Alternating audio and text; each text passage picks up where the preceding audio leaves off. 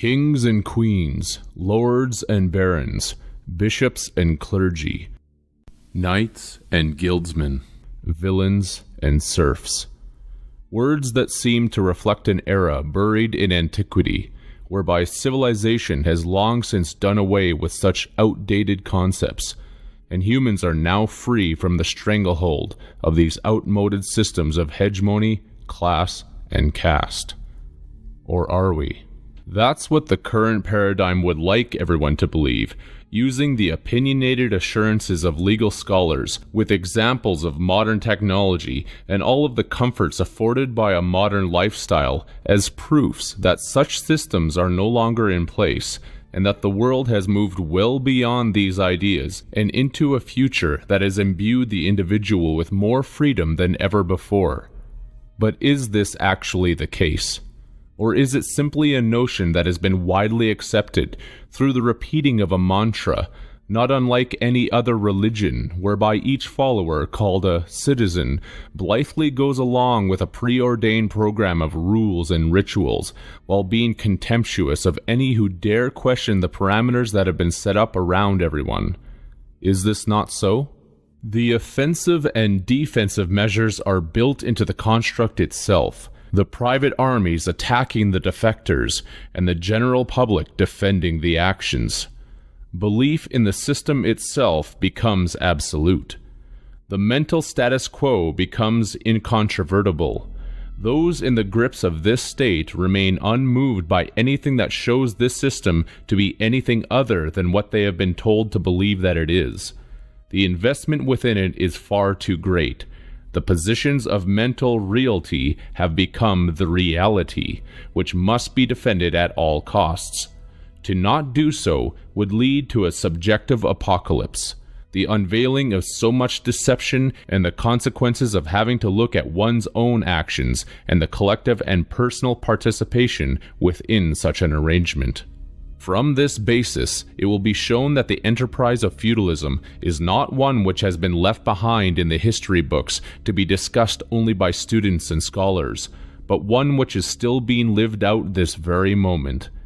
This same arrangement is being fully actuated every single day, regardless of anyone's insistence otherwise.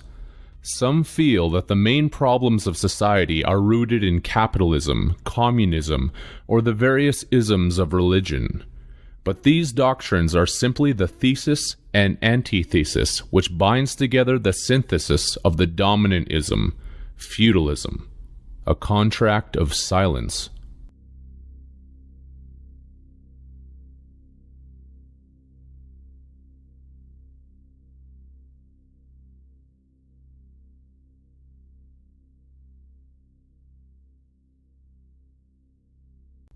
If a person happens to be driving down a public road and gets pulled over by a police officer, the first thing that the costume-wearing official will ask the driver for is their license and registration. This does two things. The first is that the license creates what is called joinder, which creates a joining of separate parties. In this case, the person who is driving is joined to the person that is named on the contract of license. This automatically puts the driver under the jurisdiction of the state and renders them silent. This is the reason that if an officer arrests someone, they give the citizen the Miranda warning, which indicates the right to remain silent. Why the right to remain silent? Simply because after the contract of silence license was handed over, the person rendered themselves silent, so the policy officer is simply reiterating a fact. Now you have the right to continue being silent. The driver is now a proven subject of the state, and is therefore subject to listen to all of the commandments, acts, and statutes that govern that state. This is why the anagram of silent is listen. The second thing asked for was registration, and this puts the action of contract into a registry with the crown. Hence the term regis from registry is from the Latin meaning king, royal, regal. A policy officer's vehicle is decorated with red and blue lights, for the reason that the mixture of red and blue creates purple, which is the color of royalty.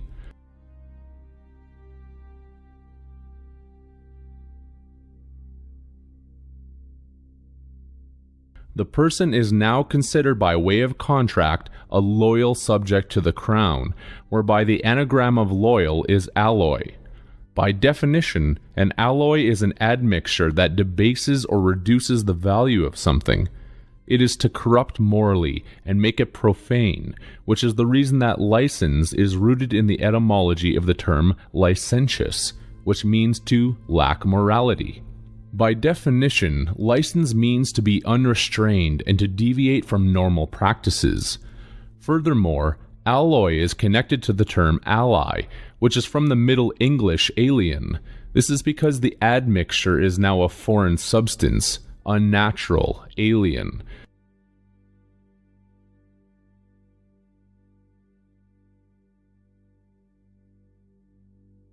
Bind is cognate with the word bond, as connected to the stock market with its stocks and bonds. To be a foreigner is to be an alien, and through the context of law, an alien foreigner can have a lien put onto it, which is the right to take someone's property if an obligation is not discharged. It is to put the obligation of debt onto the stock and bond market. Lien is also from the Latin word for spleen, which plays an important role in the regulation of red blood cells. Once joinder is established, this creates a John Doe, which is to indicate that a true defendant does not exist, making the fictitious persons joined as pledges. To pledge is to create an act of binding and loyalty as already shown, but is also the act of providing something as security for a debt or obligation, which is linked back with the term lien. All of this is done in full agreement, since a maxim of law is silence is agreement to the actions.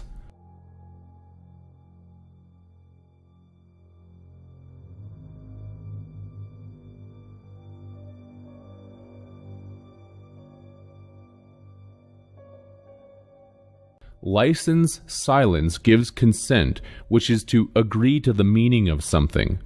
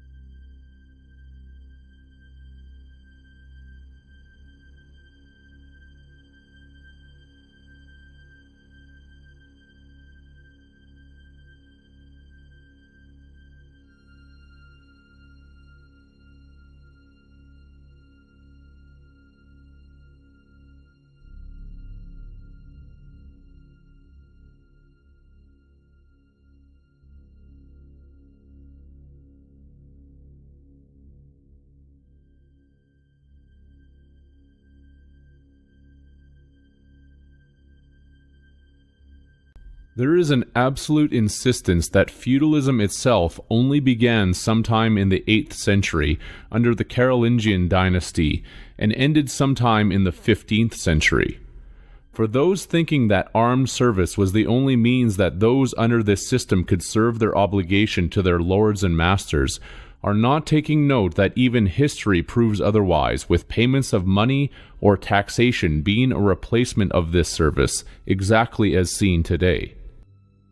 Likewise, it will be argued that the customs of feudalism were abolished by such historical events as the French Revolution or the Reformations of Napoleon, which helped create what is now called the nation-state.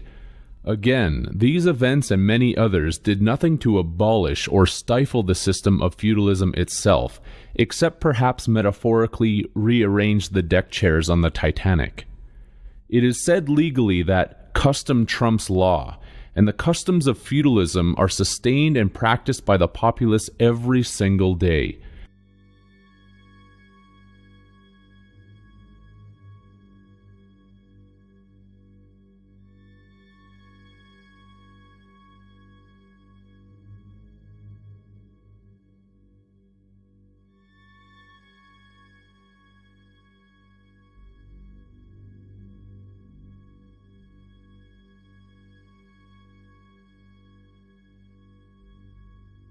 Capitalism, communism, socialism, distributism, etc. are all simply branches that lead to the same tree.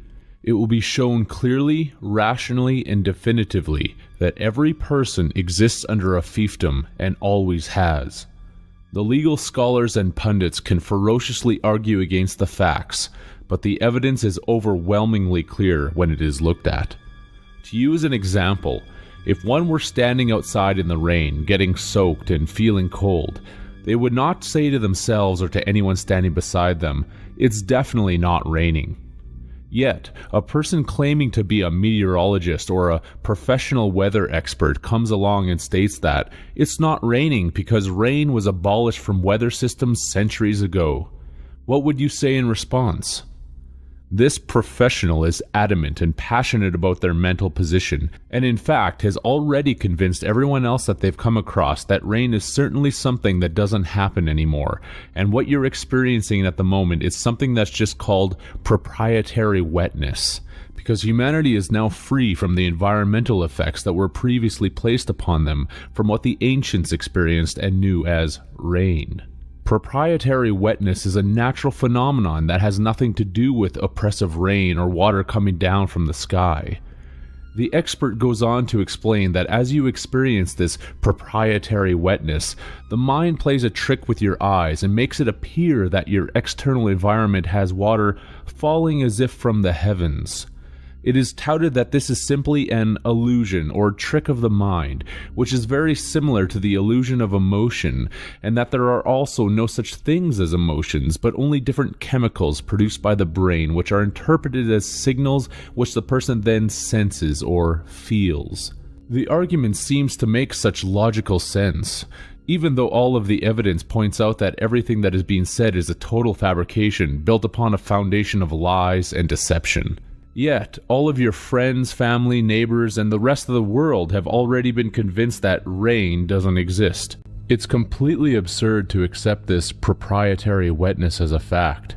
Yet how does a single person, an individual, think and live outside of the boundary that has now been set up for them by the mob? Feudalism no longer exists simply because we're told it doesn't, even when everything outside of personal opinion is telling us that it does? That is the dissonant situation that is happening.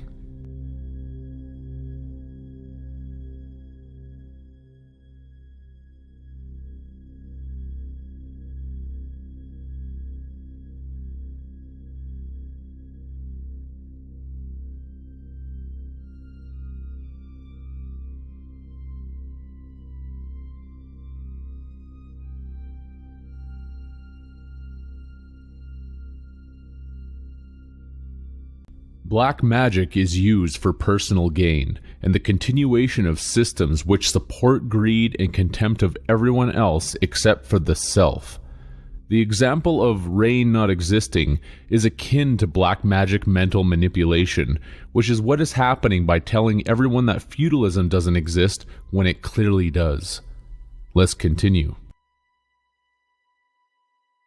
The written definition of feudalism in Merriam-Webster's is as follows: The system of political organization prevailing in Europe from the 9th to about the 15th centuries, having at its basis the relation of lord to vassal, with all land held in fee, and as chief characteristics homage, the service of tenants under arms and in court, wardship, and forfeiture. The second definition is as follows: any of various political or social systems similar to medieval feudalism. Every aspect of this definition is going to be looked at, but what is obviously notable from the start is the fact that feudalism itself is noted to be any political or social system that is even similar to medieval feudalism. This leads us to what is called a feudatory, which is a dependent lordship, otherwise known as a fee. What is a fee? This is from the Anglo-French fee or fief, which is a feudal estate.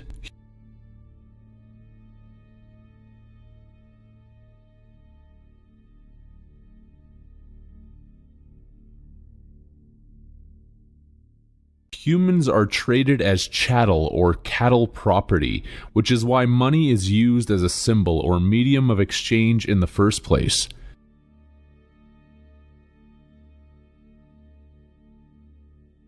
It would also be suggested that the phonetic variation of mankind can easily be interpreted as mankind, since a kine is a synonym for cow. A fee is said by definition to be an estate in land held in feudal law from a lord on the condition of homage and service. If feudalism has been abolished, then why is the only land title that exists for humans in the public called a fee simple? If feudalism no longer exists, then why is this term still being used every day as indication of this legal title? It's because nothing has changed, despite the false assurances from the so-called experts. Title is simply a legal link that creates evidence of a person's ownership rights and property. The phonetic similarity of title to title should be noted, since title is a Hebrew word meaning king that points out feudalism again, while it is also an adjective that indicates the regular course of everything, the ebb and flow of all things tied to the system.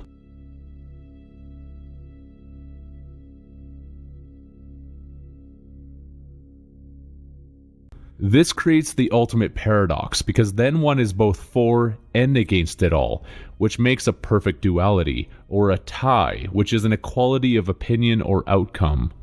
Life is followed by death, actually followed by it, and of course death is followed by life. It is the sine wave of time.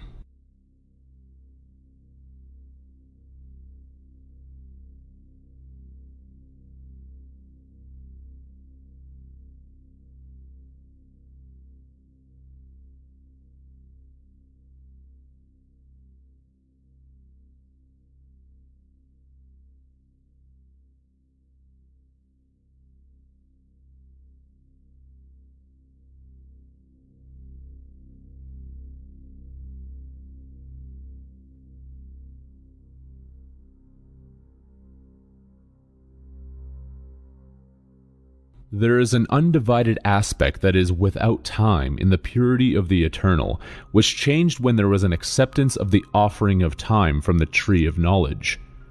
It is the ability to repeat things, yet also reproduce.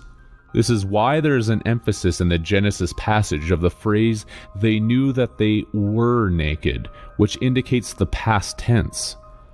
Wave has also been said to be linked with weave, and weave with web, which is expressive of the interconnected nature of this universe. Going back to tide, in English law there was a custom house officer called a tidesman who was appointed to attend to ships until the customs were paid upon them. This is the reason that to this day, especially when crossing fictional borderlines, there are customs duties. A custom is money collected under a tariff, which is a government tax on imports and exports. Every human being is sentenced to pay this levy because every single birth is considered to be an import that came from somewhere else where it was exported. It is another facet of the commercial law of the sea, which is the reason that in commerce you are considered to be a customer, and through the legal definition, a custom is a practice of long and unvarying habit that has come to have the force of law. It is said that custom trumps law. Through an action of change, a title was created, which produced an effect of ownership towards a king. If we look at the first chapter of Genesis, the statements are always centered towards God.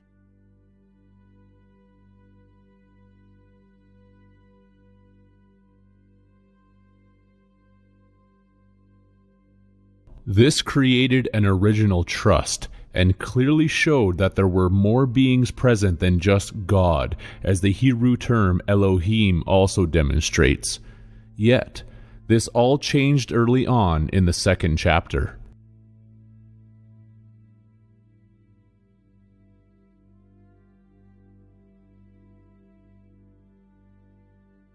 Clearly, the term Lord is the marked difference that has been added from the first chapter. It is an honorary title, one of rank, which is feudalistic in nature. The book went from God to Lord God, and it is this Lord God who planted the Garden of Eden and put the tree of life and the tree of knowledge of good and evil in the midst of the garden. The original trust is broken because of a change. Their eyes, dual, were opened, obviously signifying a change in perception, the ability to comprehend in a different capacity. Now, because of this variation and division, there were always two ways to look at a thing. The natural trust that bequeathed everything to man was taken away, and the title of ownership was granted inter vivos to the Lord God, which is also described in 1 Samuel 8.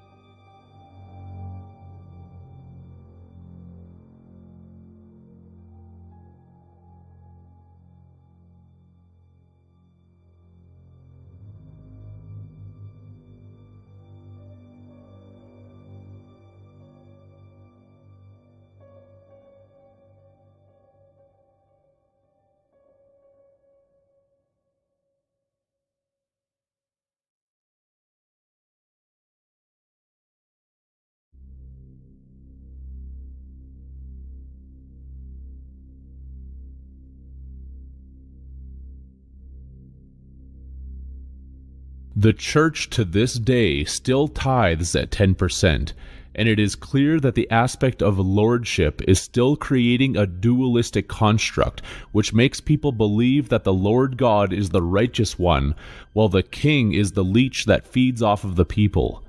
Both sides are tangent, one and the same. If the people choose a king, they choose the Lord, and if they choose the Lord, they choose a king. There is no difference. The people are then under wardship.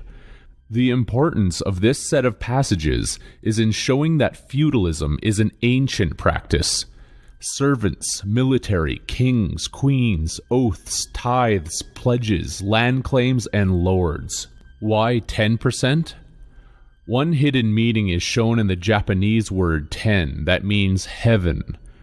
The Church gets its congregation to believe in heaven, and has a taxation set up that sends 10% there.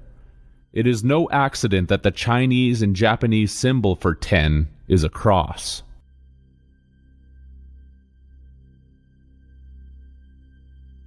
The second word in fee simple is a 14th century feudalistic noun that means a person of humble birth, a commoner. It is also, through the definition, known as an ignoramus, or a mentally retarded person. Every person who is not considered royalty is a person of humble birth, a simple, who eventually reaches adulthood as a mentally retarded person. There are no exceptions to this rule.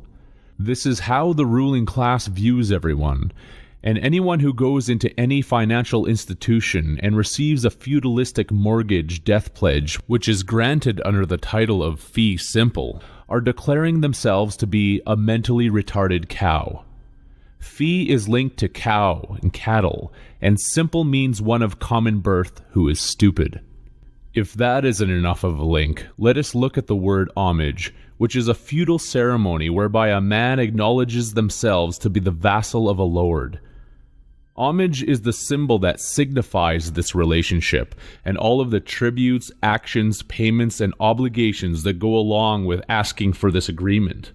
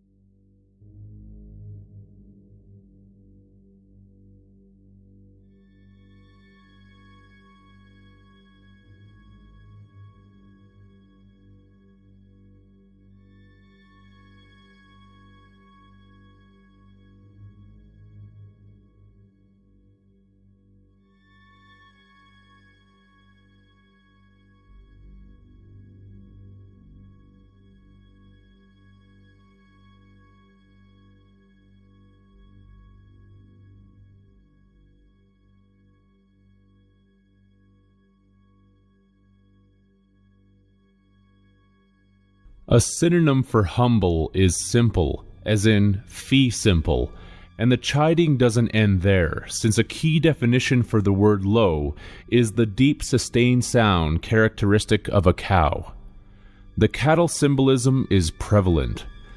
The low-born or cattle breed are those who are born with little or no social status, which include the low-bred, meaning rude, vulgar, and also lowbrows, that signifies something that is suitable for someone with very little intellectualism.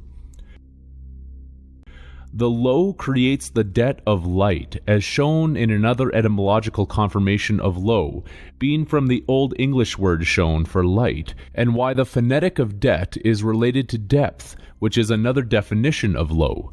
That's why people say they are drowning in debt, which is akin to saying you are drowning in depth, which makes a lot more sense logically. The debt of light, life, is the burden of being contractually signed and closed in by time. Homage is a pledge, and a mortgage is a death pledge, whereby homage is from home, with a mortgage being the title of fee simple, granted to receive a home. Inside of the home of the humus earth, the dead are carried, which cannot even be denied, since this is where the dead are buried, in the earth. They are buried 6 feet under, because 6 is from the Latin sex, which is how the seeds of new life from the sun are disseminated inside of a womb man, and thus into the moon.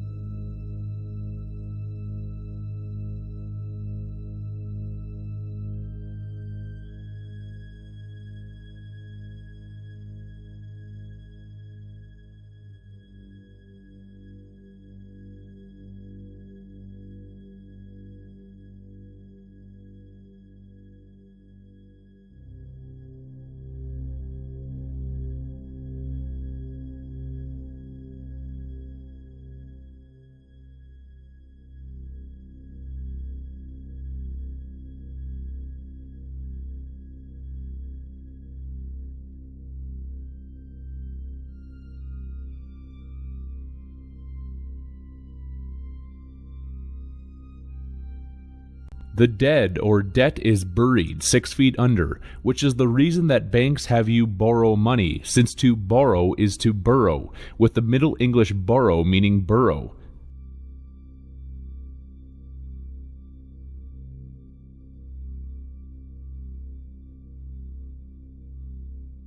This is the reason that in commerce people are digging for bargains.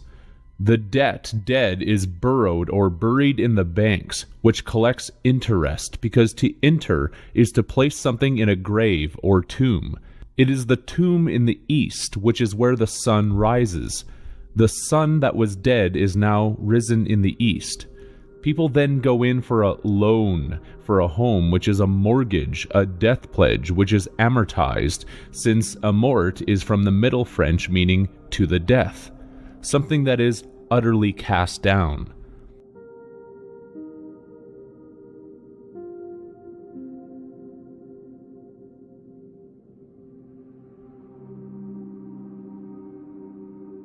This represents the fall of man in a feudalistic state. A feud is a never-ending battle. Amortization is the reduction of the value of an item until it has zero value, which is when it is dead. Humans are considered human resources for this reason.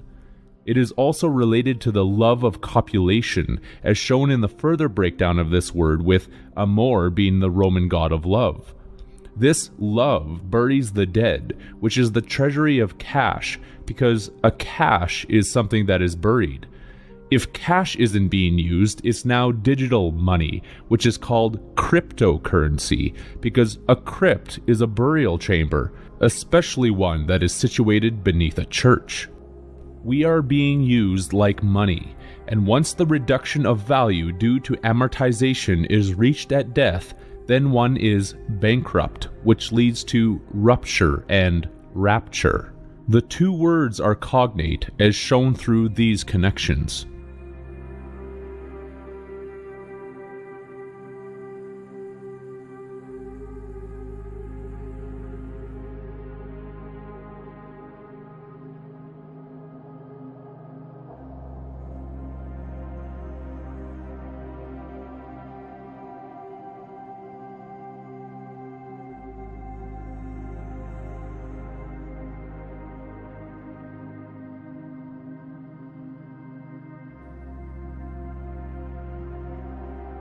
Revenue returns the debt dead.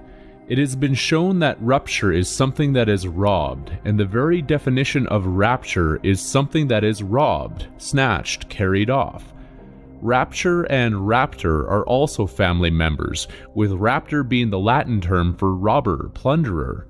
A raptor is a bird of prey, such as an eagle or a hawk, and to hawk something is to sell it from place to place. Sell is phonetically the same as sell, and in Middle English it meant a religious house, and goes back again to the Latin word shown meaning to conceal, while to conceal is also the definition of hell, from the Old English Helen. Helen is related to the chase after Helen as depicted in Homer's epic poem The Iliad, since Helen is a Greek name meaning shining light, bright one.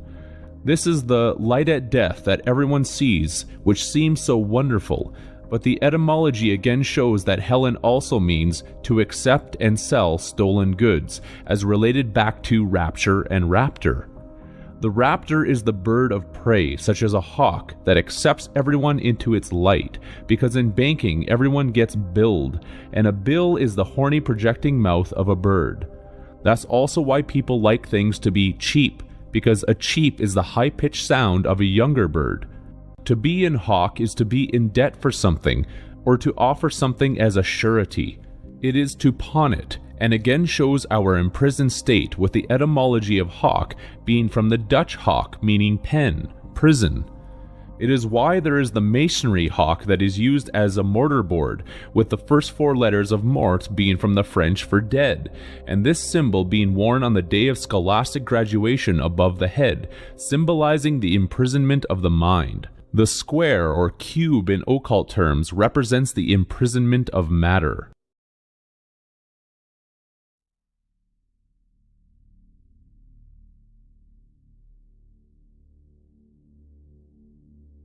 Mortar is used as a bond to cover a wall, and a bond is an electrical force linking atoms while also being a certificate of debt.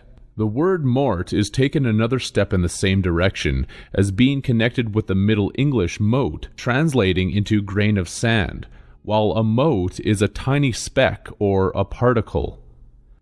Mote is also known as the god of death and sterility. So mote it be, since mote is also an indication of something that must be.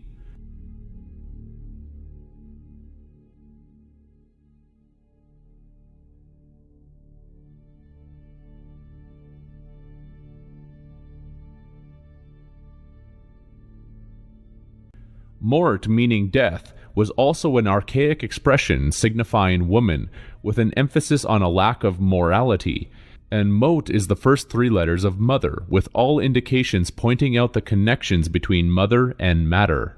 There is no disrespect meant in the revealing of this, since both sexes are united equally in this incredible situation.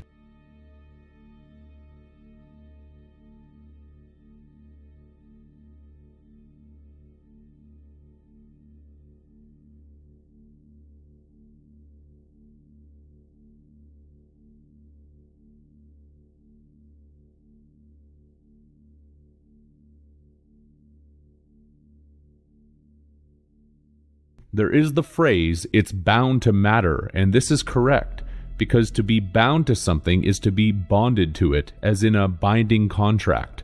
Mote has also been demonstrated in language circles to have formed the English motto, which is a slogan or saying, or catchphrase that is used by certain people, and motto is from the Latin as shown, meaning sound, grunt, which is tangent to the French etymology in the French noun meaning word, note.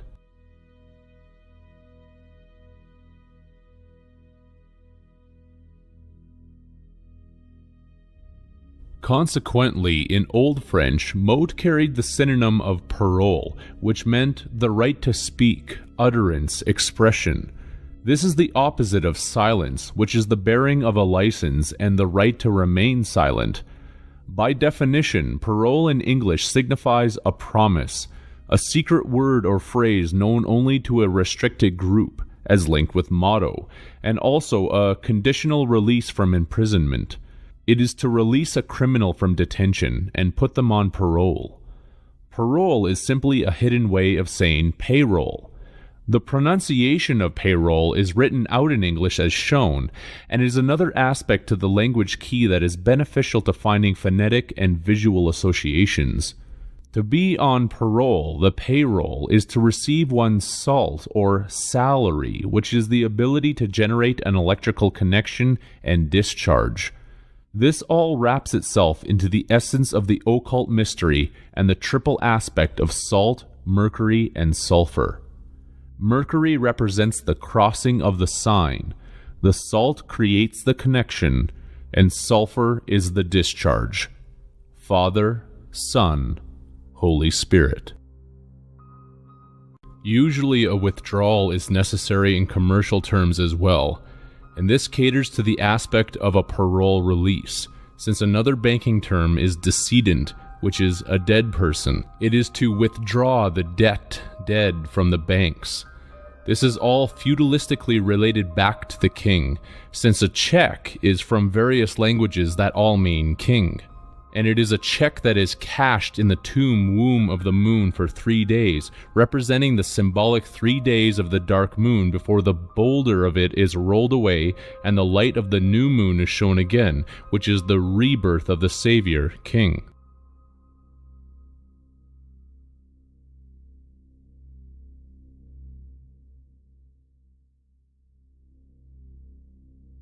Deposits and withdrawals. Life and death. Decedent and decadent are on familiar terms, with decadence meaning something that is marked by decline and decay, which is the literal meaning of decedent, someone who is dying, decaying.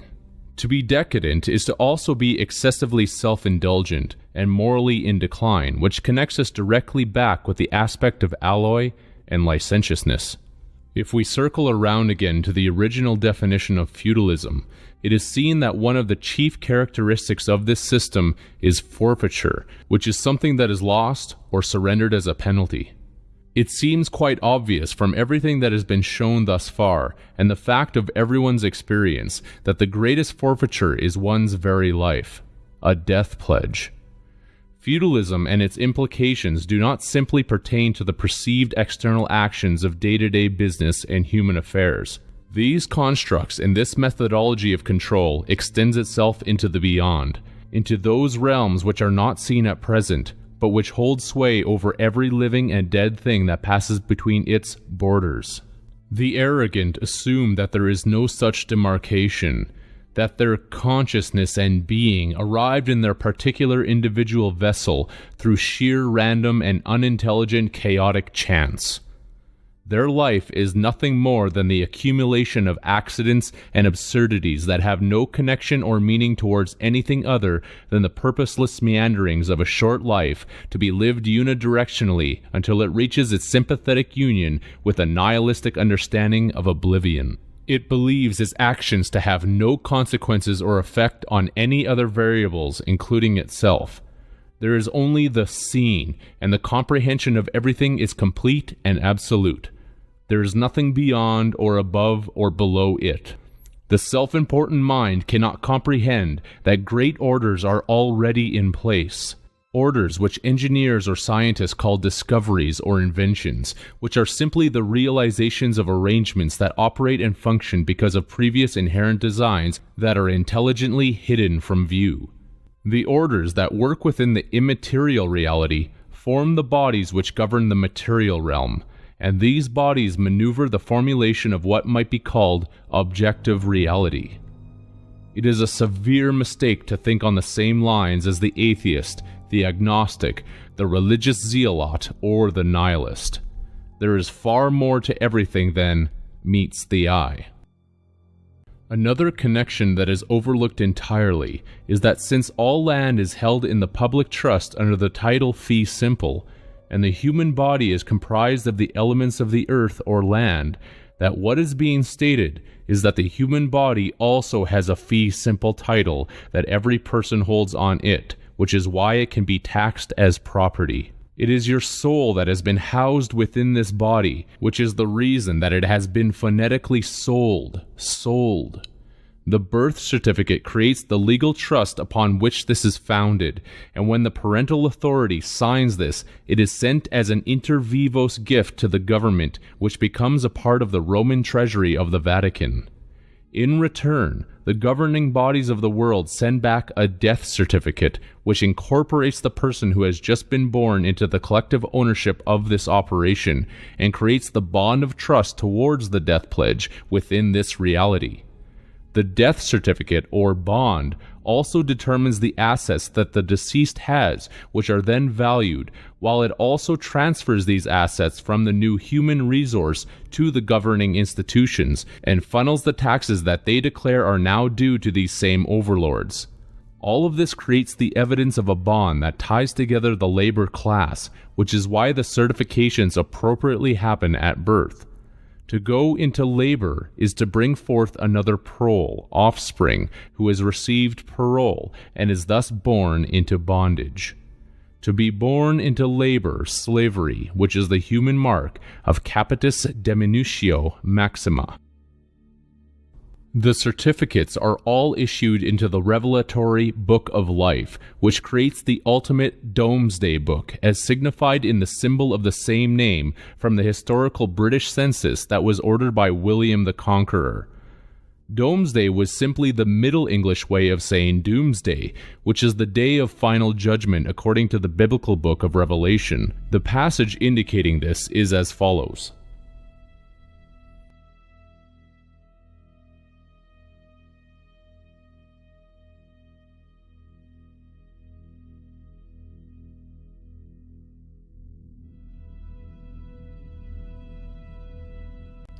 This is the actual basis of the 2012 symbol that so many have associated with Mayan astrology and the end of the world.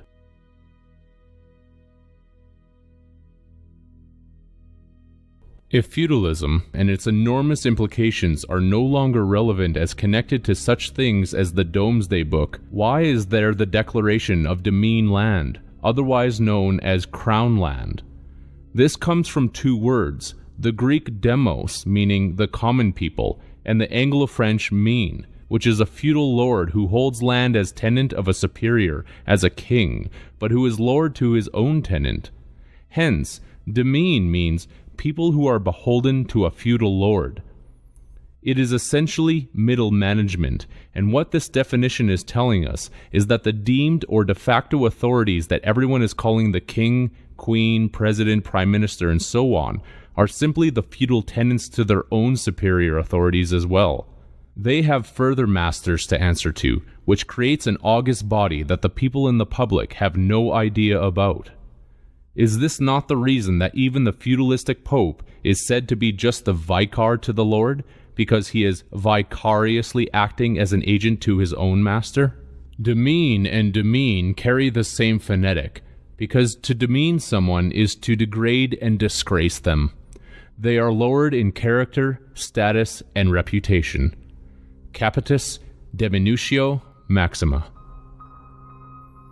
Is shelter an absolute necessity of life? So why is there a commandment to ask for permissions, permits, licenses, and the use of feudalistic coin called money to acquire it? What exactly has changed today that makes these processes any different in this regard from the feudalism that is known historically?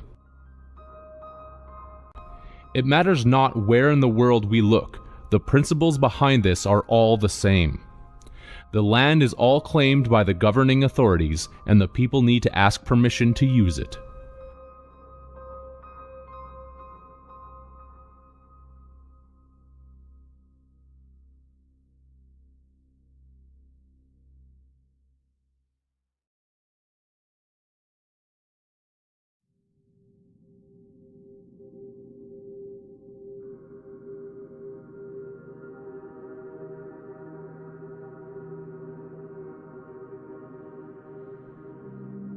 There is no such thing as a allodial title, which means to outright own a thing, free from any obligations towards liens, taxes, mortgages, etc. A allodial title marks a difference between that which is owned without those obligations to that of feudal ownership. What will the so-called experts say against this? Feudalism is alive and well. It has never went away.